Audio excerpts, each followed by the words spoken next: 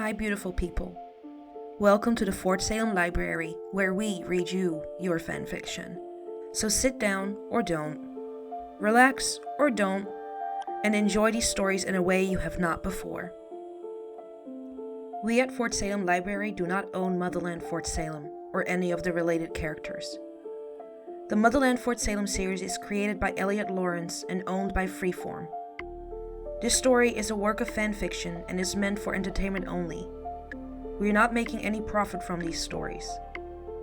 All rights of the original Motherland Fort Salem story belong to Freeform.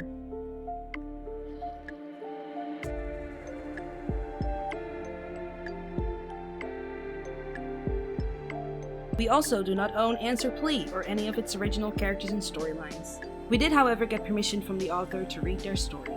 This story was created and written by Dalantzaria, and you can find the link in our show notes. This story is being read to you by Dani.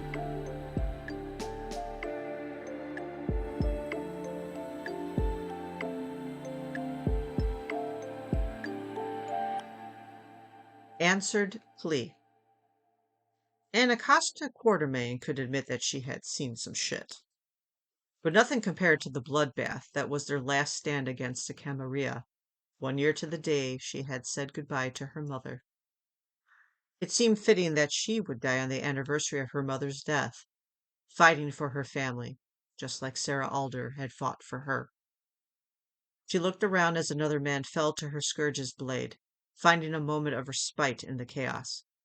Rael was blasting white spores, still standing uninjured beside Scylla.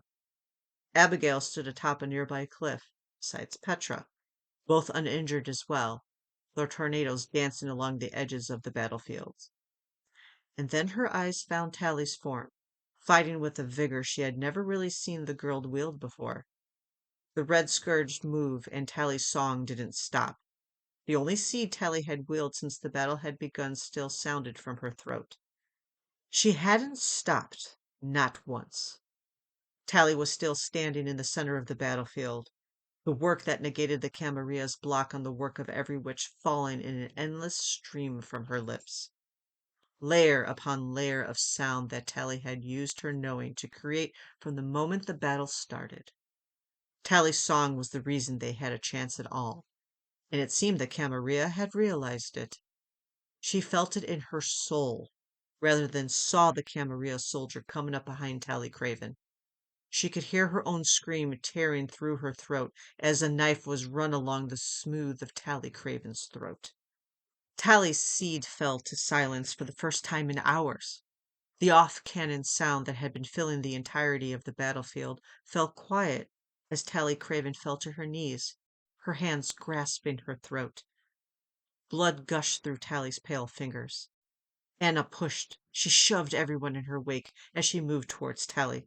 "Please!" Anacostia shouted, begging whatever god or goddess deigned to listen to her plea, the first true plea since this war had started. Not Tally.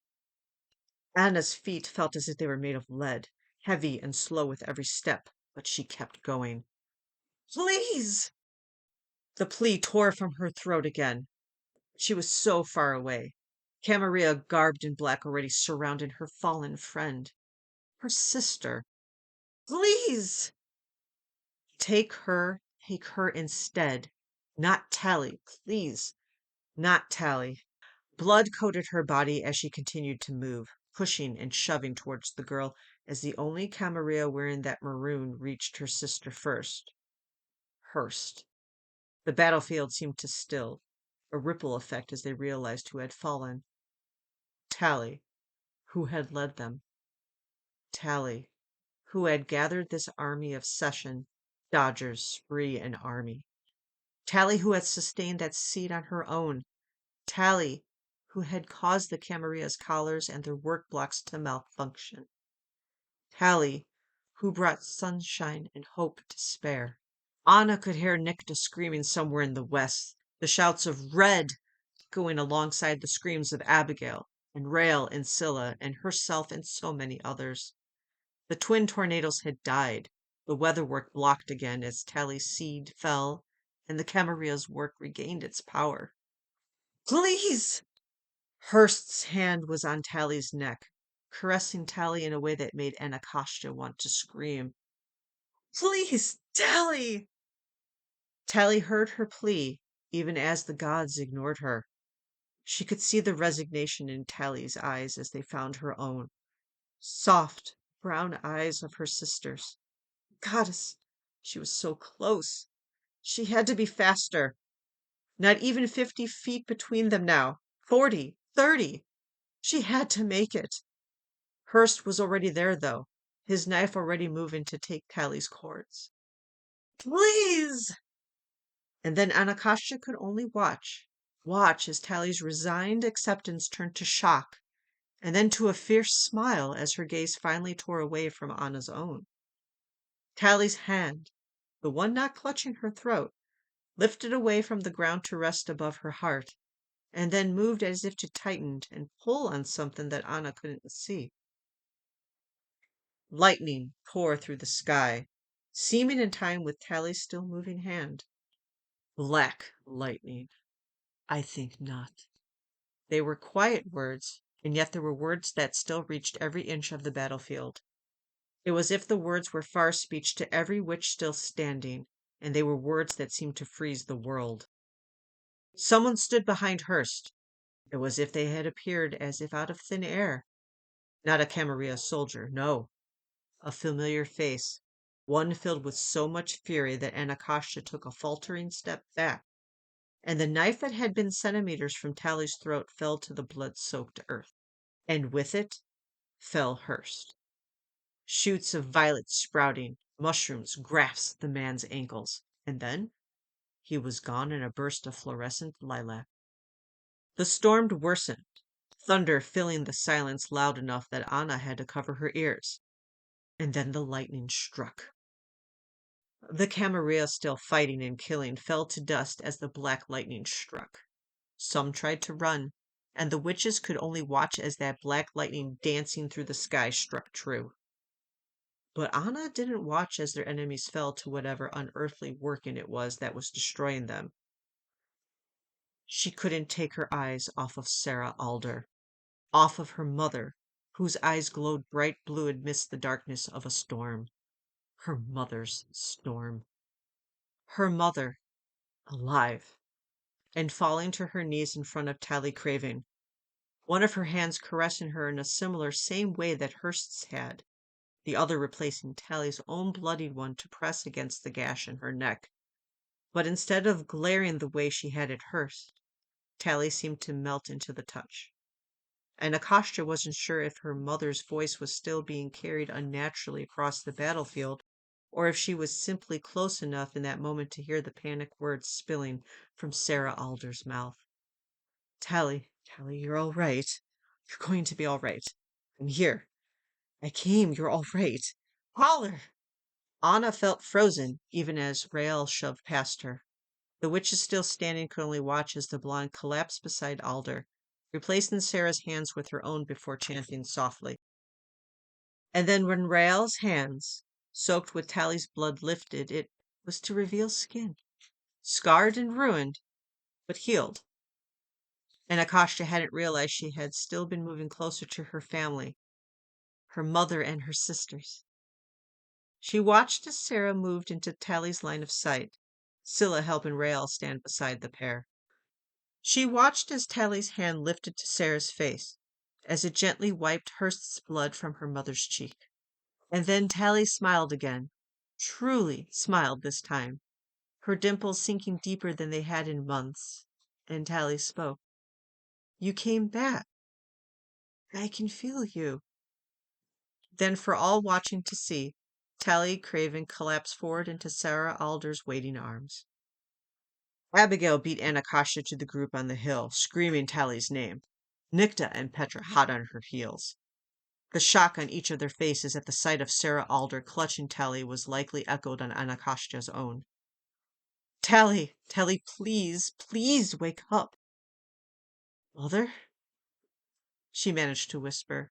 Blue eyes, her mother's eyes, met her own. They looked desperate, a sheen of tears glossing over them. Please, Anna. her mother whispered, the echo of Anakasha's own plea mere minutes earlier, the plea that had been answered in the form of her resurrected mother. There was nothing Anakasha could say, no word she could form that she could make how she felt known. So Anna only nodded and reached down to help her mother stand.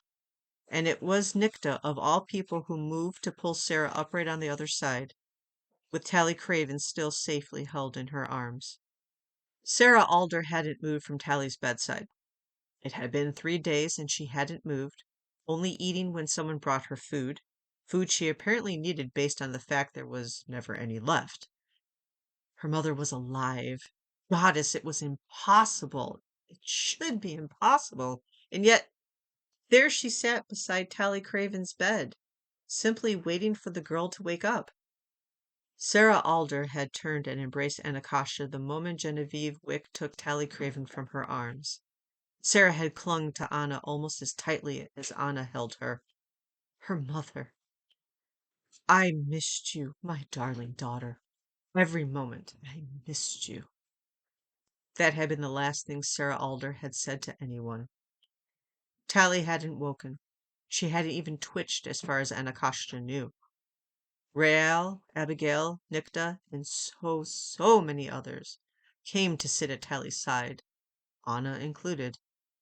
Every moment she had that was not spent cleaning up the mess war left was spent at the bedside of Tally Craven. The only constant was Sarah, never leaving, never asking anyone else to leave either, never saying anything. It was during one such moment, where only Anakasha and Sarah Alder sat in silence, that Sarah Alder spoke for the first time in 3 days. The mother heard you. Anna's head shot up, her eyes finding the blue of her mother's. What? She heard you. The day when Tally fell. She heard you. It was why she let me come back, why she returned the bond to Tally. Because you asked her to, and she heard you. Granted, Tally grasping the bond and yanking it like a damn bungee the minute she felt it certainly sped things along, but it was you that she heard, daughter. Anakasha didn't know what to say. She tried, her brain worked to find the words. She didn't have to in the end, though. Someone else had it covered. Thought I was gonna have to pull you all the way back. The eyes, blue ones, that were locked on hers widened before turning and glancing at the bed, where Tally Craven lay with a sleepy, heavy grin and open brown eyes locked on Sarah Alder. Anakasha didn't stay after pressing a kiss to Tally's brow and promising to get the others. She left to give them space, to go find the rest of her family and tell them the news. She would swear that she didn't turn in the doorway and watch as Sarah Alder smiled down at Tally Craven, whose hand gently caressed something between them. The same thing that Tally had pulled as she knelt bleeding before Hurst. And as Sarah Alder's lips found Tally Craven's, Anna let the door shut gently behind her.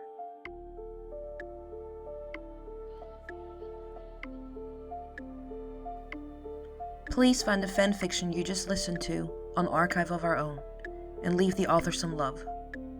Without them, this wouldn't be possible, and we want to thank them from the bottoms of our hearts for creating these amazing stories and keeping the show alive.